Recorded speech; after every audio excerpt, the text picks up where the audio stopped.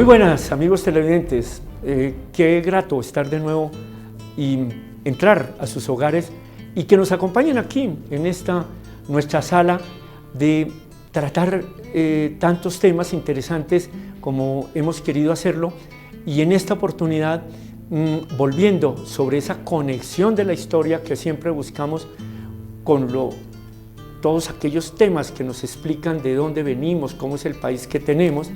Por supuesto, siempre entonces reparamos en esas fechas iniciales y en esas ideas que movieron a que hubiera un cambio en ese régimen colonial y que pasáramos a ser una república. Para el día de hoy, un invitado especial, el doctor Fernando Sarmiento, jurisconsulto de la Academia Colombiana de Jurisprudencia, quien está aquí para acompañarnos a hablar de un tema muy interesante. Muchas gracias, doctor David, por su presentación. Para mí realmente es un gran placer y un gran honor estar con ustedes, amigos televidentes, a quienes les deseo una tarde muy especial y les traigo algunas noticias con relación a la difusión de ideas políticas y jurídicas que influyeron en la independencia y emancipación de la colonia española de la Nueva Granada, conformada en esa época como un virreinato. Espero que sea de su interés y que pueda llamarles la atención para que ustedes profundicen en estos temas que solamente podremos tocar esquemáticamente. El doctor Fernando preparó recientemente toda una disertación sobre esta materia que nos acaba de referir, y por eso es que lo hemos invitado a que las comparta aquí con todos ustedes, todos nosotros a su vez. Y normalmente debo decir que normalmente ponemos la atención en las fechas, qué pasó, luego al año siguiente qué, cómo, pero cuando abrimos un poco más la óptica y pensamos en las ideas, entonces viene el cuestionarnos, bueno, esas ideas que aquí fructificaron en un grito de independencia y en todo un proceso de emancipación, ¿qué las alimentó? Y esa entonces es las noticias, como él dice, que nos trae, porque se vuelven noticia al ser unos temas bastante poco tratados. Pues bueno, Fernando, empecemos entonces por ubicar a nuestros televidentes en esos hechos, en esa concepción y ese desarrollo que se dio en Estados Unidos, que es el que hoy queremos presentar. Bueno, ha sido muy trajinada en la ideología predominante en el siglo XVIII para la independencia de las colonias de España en América, entre ellas el virreinato de la Nueva Granada, que hoy es prácticamente la República de Colombia. Esas ideas eran las de la Revolución Francesa principalmente, que ha sido muy trajinada y muy conocida en la historia de nuestro país. Sin embargo, se había negligido o dejado en segundo lugar otras influencias, incluso anteriores a la Revolución Francesa, que fueron determinantes. ¿Cuáles fueron ellas? El iluminismo, el enciclopedismo, la escolástica española, que vino de las casas desde el principio de la colonización y que se prolongó con otros pensadores, incluso con Tomás de Aquino, cuando proclamó que existe el derecho de resistencia de los pueblos contra la tiranía, y que justifica la rebeldía contra los gobiernos despóticos. De tal suerte que la atención que les quiero mostrar hoy es sobre la independencia de los Estados Unidos, que fue muy determinante no solamente en nuestra independencia, sino antes en la Revolución Francesa. ¿Y en qué consistió esas ideas de la Revolución de Independencia de los Estados Unidos? Primero, ellos estaban conformando 13 colonias de Inglaterra en el norte de América. Esas 13 colonias fueron alcanzando desarrollos bastante notables por el comercio internacional principalmente, la agricultura y otras actividades propias del campo. Y gentes corrientes, gentes comunes, es decir, terratenientes, labriegos, juristas. Lo que fueron los colonizadores de todo ese territorio, ¿cierto? Políticos, más no filósofos ni pensadores, determinaron las ideas que después configuraron la independencia de los Estados Unidos. ¿Y cuáles son esas ideas? Fundamentalmente dos: el derecho a la propiedad privada y la libertad. Son los fundadores, los padres fundadores de los Estados Unidos de América, muy propensos, muy intensos, digamos así, utilizando el lenguaje coloquial, en propagar ese par de ideas centrales como eje del pensamiento norteamericano que influyó en esa independencia. ¿Y cómo lo hicieron? No mediante tratados y libros importantes como la Ilustración francesa, como el enciclopedismo francés. Por el contrario, simplemente mediante folletería que publicaron profusamente por miles y que repartían en todos los sitios públicos con el pensamiento de esas personas comunes de las que he hablado. Entonces, entre ellos se destacan fundamentalmente Thomas Paine, Thomas Jefferson, el científico Franklin, inventor del pararrayos, Thomas Franklin, y otros pensadores que crearon esas ideas en los Estados Unidos para la emancipación. El pensador fundamental, ese sí un filósofo, fue Locke, John Locke, que consideran algunos como el fundador del liberalismo, no en el sentido partidista, sino en el sentido filosófico. Pero entonces hasta aquí, Fernando, podríamos decir, hay un aspecto muy marcado y que plantea una diferencia con lo que fue el proceso nuestro, como normalmente se toma, el proceso de independencia para nuestra República de Colombia, pero para los demás países bolivarianos. Siempre lo referimos pues a la Revolución Francesa y a esa ilustración que está más basada en los libros, ¿no? Y cómo llegaron libros, y recordemos ese episodio pues de Antonio Nariño traduce los derechos de los... Pero Fernando nos estaba haciendo pensar en esos años atrás, donde este pueblo, por esas características, como tú bien anotas, de que eran gentes comunes y corrientes, allí lo que circularon fue panfletos. Panfletos, pero hay un hecho desencadenante, sin embargo, me parece a mí, que es la ley de sellos, o Stamp Act, que es una manifestación del gobierno inglés impositiva en que les señala una serie de tributos y de trabas para el comercio y que hace que ellos reaccionen de una manera importante, iniciando el ataque ideológico inspirado en el Bill of Rights de 1689, cuando los nobles ingleses le exigieron a Juan Sin Tierra que si quería ponerles impuestos o imponerles tributos, debía previamente contar con ellos. Y entonces aparece el principio ideológico de que no taxation without representation, que es el principio de reserva, expresado también en la manera como lo trae la legislación colombiana, como los ordenamientos legales, en el sentido de que no hay impuesto, tributo o exacción fiscal que no sea previamente aprobado por el Congreso de la República, institución que ostenta definitivamente un esencial principio de democracia y que en Colombia ha sido contundente incluso con leyes recientes como la de financiamiento y como la actual reforma tributaria, que tiene otro nombre. Claro. Ahí están las raíces muy profundas, y es lo que seguiremos en unos momentos dialogando con Fernando sobre esas ideas que ayudaron a nuestra independencia.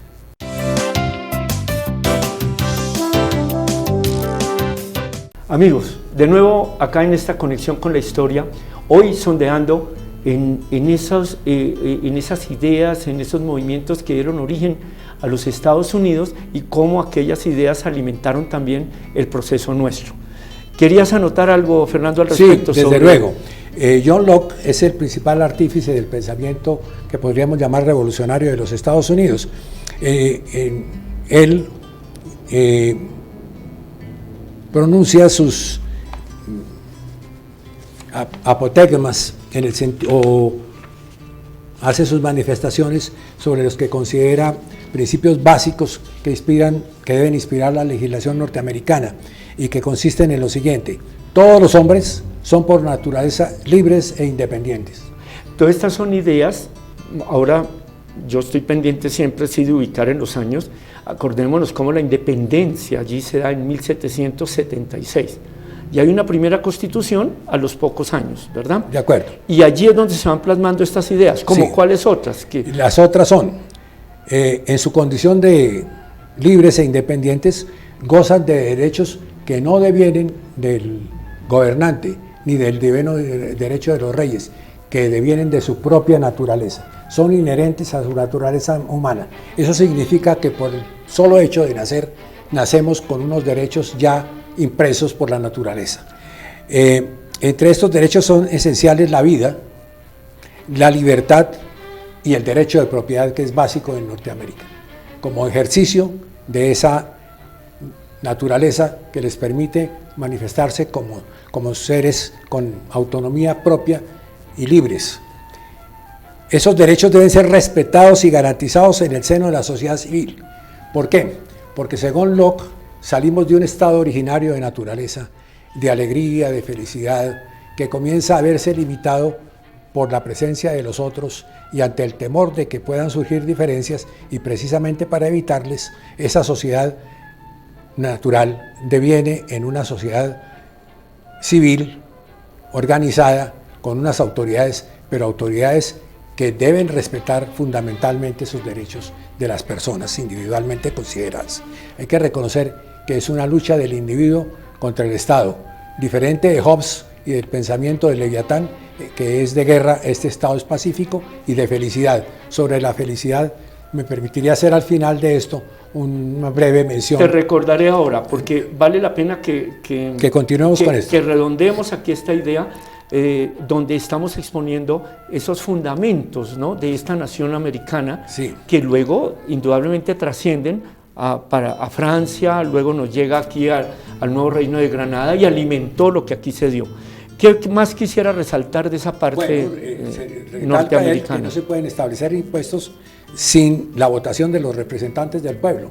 ¿Por qué? Porque el impuesto es una carga, y como carga debe ser soportada por todos de acuerdo con sus capacidades, pero aceptada por todos y no impuesta por el gobernante. Eso es básico en nuestra democracia, en nuestras democracias modernas.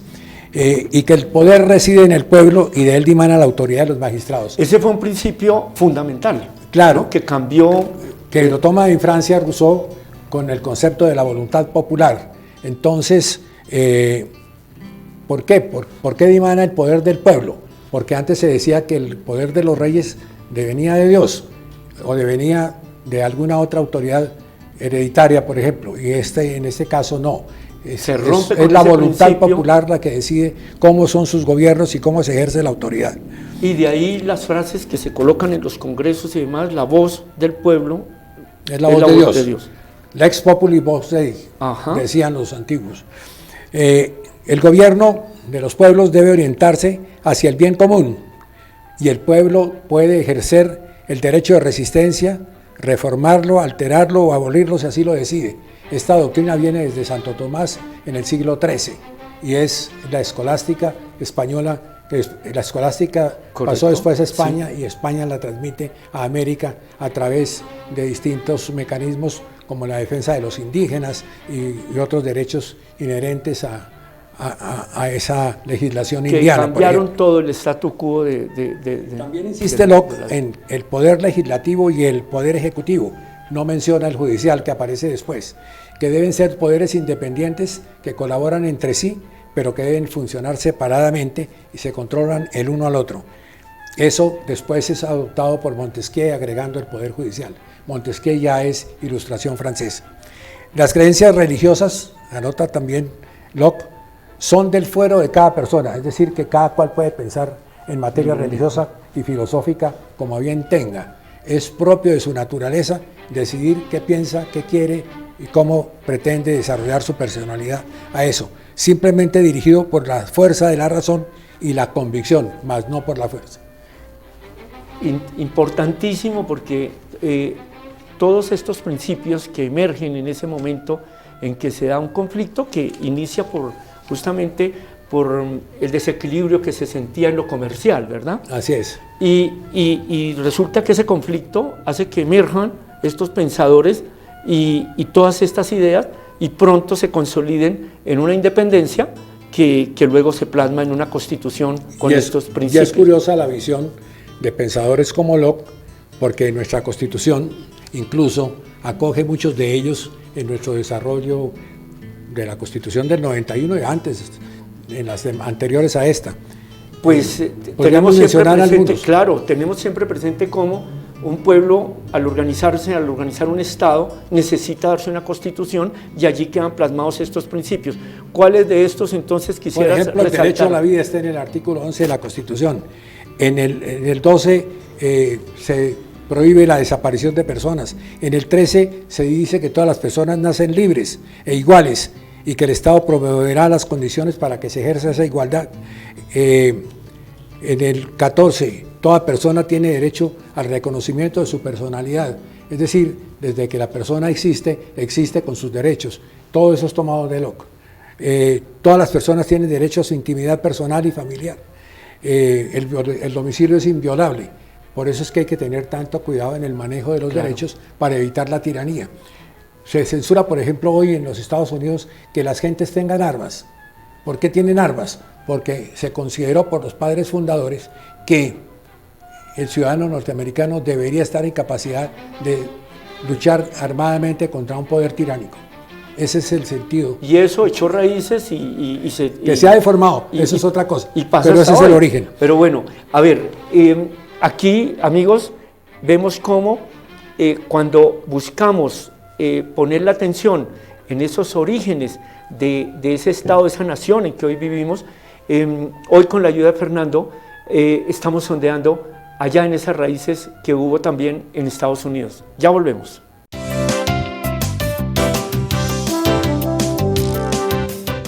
Bueno, de nuevo, gracias por permitirnos continuar ahí en sus hogares. Hoy con Fernando, hablando de estas ideas que fueron alimentando nuestra independencia. Y querías anotar algo sobre esa nación que da origen a todas estas ideas de Estados Unidos, algo sobre el sistema organizativo de allí. Desde luego, es tan celoso el pensamiento de los padres fundadores que cada colonia quiso ser independiente y tener vínculos muy laxos con las otras colonias, y por eso se organizó como una confederación. Sin embargo, pronto, ante la reacción inglesa, la reacción militar, vieron que era necesario tener unidad de mando, que era necesario también asegurar el comercio exterior. Había que confederarse. Y entonces se transmuta la confederación en una federación. Y la federación, el Estado federal, recibe las atribuciones principales del Estado, cuál es el manejo de las relaciones exteriores, la defensa nacional, el manejo de la moneda y otros puntos importantes, y le deja a los estados la capacidad de organizar su propia vida diaria de acuerdo con sus arreglos propios, siguiendo su idiosincrasia y sus costumbres, porque por eso en cada estado, Massachusetts, Virginia, etcétera, tiene su propia organización federal. Esas ideas federales influyeron muchísimo, especialmente no solamente en la independencia, sino en la organización de la Primera República. Por eso, una primera fase del pensamiento es federal y la encarna Camilo Torres, y otra es centralista y la encarna Antonio Nariño, y conduce a unas guerras que han llamado propias de la Guerra de la Patria Boba, pero ese nombre también está mandado a recoger. Sí. Ya no se puede llamar así, sino Primera República, de acuerdo con la historiografía moderna. Y más tarde, ya en la propia fase revolucionaria de independentismo, Bolívar y Santander son proclives a esas ideas de la libertad, de la defensa de los derechos humanos, el combate a la esclavitud. Taine, por ejemplo, es enemigo de la esclavitud y del racismo, y así lo predica, y Jefferson es muy amigo de la libertad y demás, de modo que la contribución de los Estados Unidos de América a la independencia de Colombia es fundamentalmente de tipo ideológico, más que de tipo práctico, militar o de ayuda financiera, por la cual evidentemente brillaron las ausencias de los gobiernos norteamericanos de la época, que vieron en la independencia de Sudamérica y de las colonias españolas una posible rivalidad en la cual no estaban interesados y no se querían malquistar con España, que para asegurar el propio reconocimiento de su independencia. Claro, porque ellos estaban ahí teniendo un juego político cuidadoso con España. España de alguna manera estuvo ayudando allí por ejemplo, Bernardo de Galvez, que está en esa parte del Mississippi y contribuyó de una manera decisiva. Con Bernardo de Galvez estuvo Miranda como a su mando, pero bueno, eso será motivo de disquisiciones en otra ocasión. Sí, Miranda, ya que lo mencionas, es otra figura importante, prócera, que transita por todos los países de ese momento que tenían influencia, las grandes potencias, Francia, Inglaterra, Estados Unidos, etcétera, buscando apoyo para la libertad, pero obviamente en los Estados Unidos no es atendido ni considerado, en cambio sí lo son en otras regiones. Correcto. Fernando, unos minutos atrás, tú mencionabas algo que lo quiero recordar porque quiero que hablemos algo al respecto sobre un aspecto que hoy se torna casi que curioso, pero miren qué importante si lo pensamos, es el concepto de felicidad que se tuvo allí en aquella Constitución y que, bueno, ¿qué ha pasado con ello? Bueno, la Constitución norteamericana de 1787, es decir, hace más de 200 años. 1781. 1787 es la que sí, consagra, correcto. Es la que consagra el principio de la felicidad como un derecho fundamental humanitario. Humano, más bien que humanitario. Humano. Es un derecho fundamental. Es curioso porque hasta donde tengo noticias es el único país que consagra como un derecho fundamental el de la felicidad. ¿Y cómo entendió la felicidad Locke? Locke la entendió, me voy a permitir hacer algunas citas, como la libertad y el ejercicio de eminentes derechos humanos que invocaremos. Dadas las limitaciones de los tiempos, debe considerarse como perpetua, la felicidad perpetua. Y no lo dice así la Constitución, sino simplemente que se consagra el derecho a la felicidad. Los filósofos en general la entienden como un estado de satisfacción generalizado y según nuestras propias situaciones. Y surge como concepto de lo humano, de lo mundano, de lo propiamente de la naturaleza terrestre y no angelical, ni de tipo moral, es de tipo puramente humano, entendiendo humano como una concepción integral del ser hombre. Y siendo que hubo toda esta influencia ideológica, ¿qué pasaría para que ese concepto como tan interesante y que podría ser de tanta acogida no trascendiera nuestras constituciones? Eso puede tener varias explicaciones. En Colombia generalmente las constituciones han surgido, como tú muy bien lo sabes, como el resultado de un partido que llega al poder y lo ejerce hegemónicamente e impone una carta constitucional, o como el producto de guerras civiles en que se pacta un armisticio y finalmente de ese armisticio surge una constitución nueva.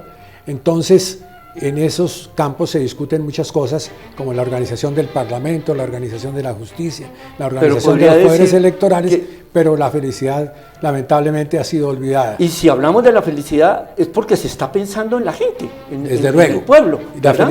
Pero como tú bien remarcas, a veces predominan los intereses de grupos, los intereses de élites. Pues a ver, amigos, aquí queda ese planteamiento, esa inquietud de cómo en estos orígenes de movimientos independentistas y de constitución, en este caso la americana, pone de presente un derecho, el derecho a la felicidad. Bueno, no me queda más que agradecerle a Fernando el haber aceptado venir a compartir todos estos planteamientos que él viene presentando en distintos escenarios y que hoy felizmente los estamos pudiendo llevar a ustedes a través de Teleamiga. A ti y a toda la organización, mil gracias. Lamento que el tiempo haya sido tan corto para no haber podido explayarnos un poco más en ideas. Habrá otra oportunidad. Habrá otra oportunidad y otros momentos de interés, pero mil gracias por todo. Muchas gracias. A los televidentes, felices momentos. Igualmente, que la felicidad la tengamos en cuenta de aquí en adelante y bueno, así no esté plasmada explícitamente en nuestra Constitución. Nos vemos, volvemos en conexión con la historia.